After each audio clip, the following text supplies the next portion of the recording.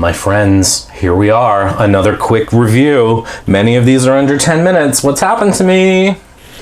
This is the Children of Litha Tarot, which I was bullied into getting by one of my best friends. I'm just kidding. I had not heard of this. A friend shared it with me, so of course I had to get it. I will say, out of the gate, this deck had several strikes against it, but spoiler, I do like it. I am a little tired of perfectly produced products. Isn't that weird? That's such a dumb thing to say, right? I have so many decks now that look so professional and so beautiful that I don't connect with them because they almost feel too perfect. They almost feel like too beautiful, too well made. And it lacks, I don't know, a little ness, a little humanity. So, coming out of the gate, the beautiful, and by the way, the deck was packaged beautifully. It came with, is it within reach? Is it within reach, he wonders. I should have been more prepared. It is in reach. It came with an enamel pin. Which is really lovely. I did not know that that was a thing. It's gorgeous. I mean, the box is gorgeous.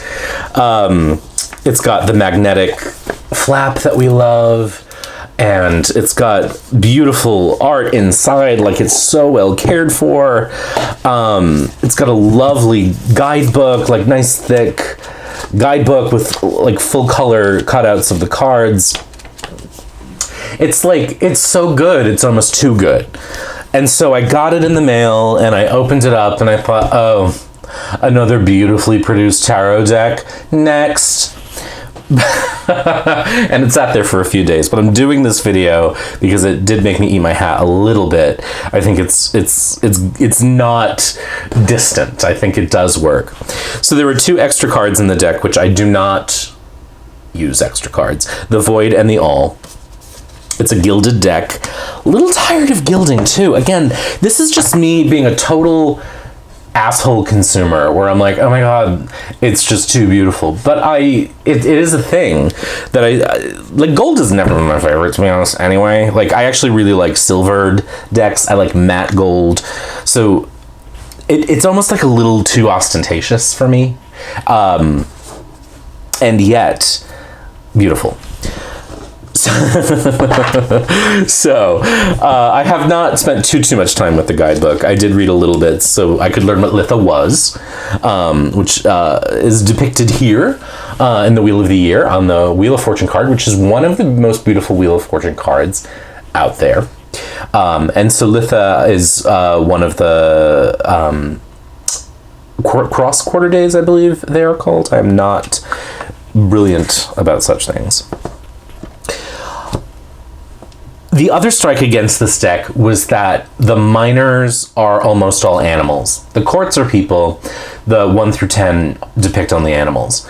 I spent several years working only with animal decks because it was hard to find decks that I felt comfortable working with because they were representational or diverse enough. And in so doing, I tired myself out on animal decks. The Wild Unknown was sort of the animal deck for a while.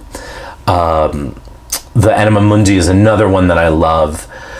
And are there others? I think those were the 2 that I used primarily. And I loved them. I love them still. But in a weird way, I started to miss people in the decks because tarot's about people. We're doing reading for people. So I sort of want people in the deck. So I also, when I flipped through the deck in order, I felt a little sort of sad that all of the minors were animals because I'm just sort of a little bored with animal decks. Again, total asshole consumer, right?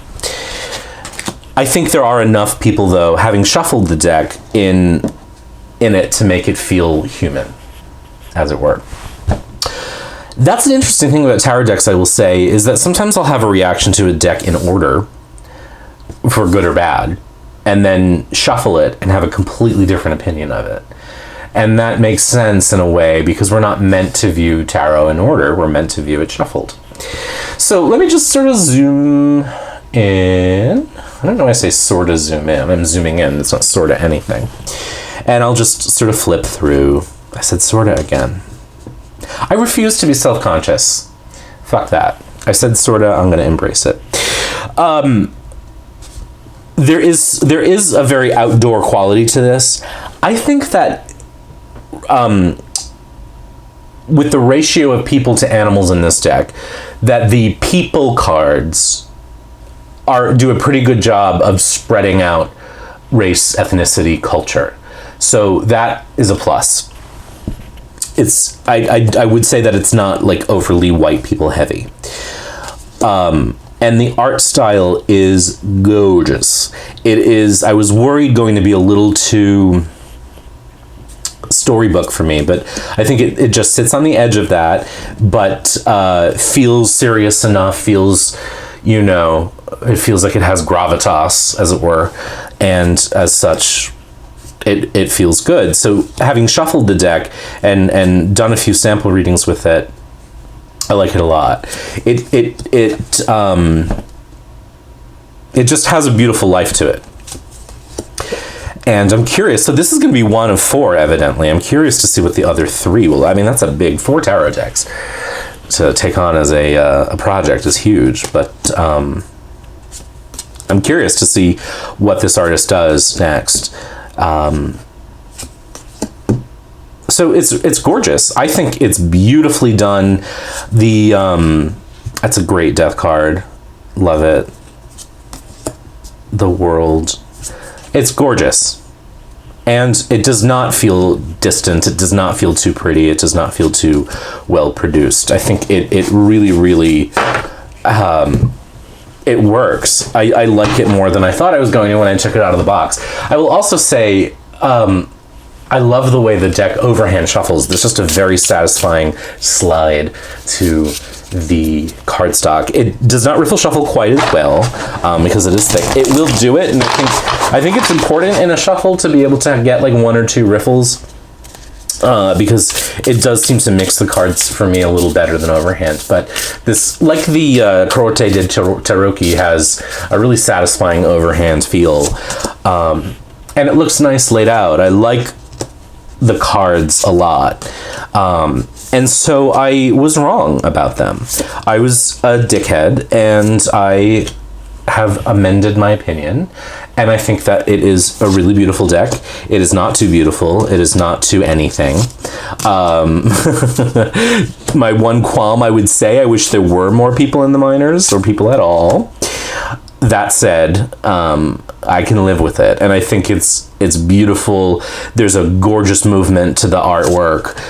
The colors are so rich and beautiful, and this reminds me of the Shadowscapes. It's sort of like the nighttime version of Shadowscapes in a lot of ways, which, you know, it would be interesting to sort of use the Shadowscapes with it, as, you know, you could do kind of a light and shadow reading with it. I think that would work really nicely because the energy of the cards is very similar. The fluidity of the art. So I think that could be really nice. And the Shadowscapes is one of my all-time favorite decks.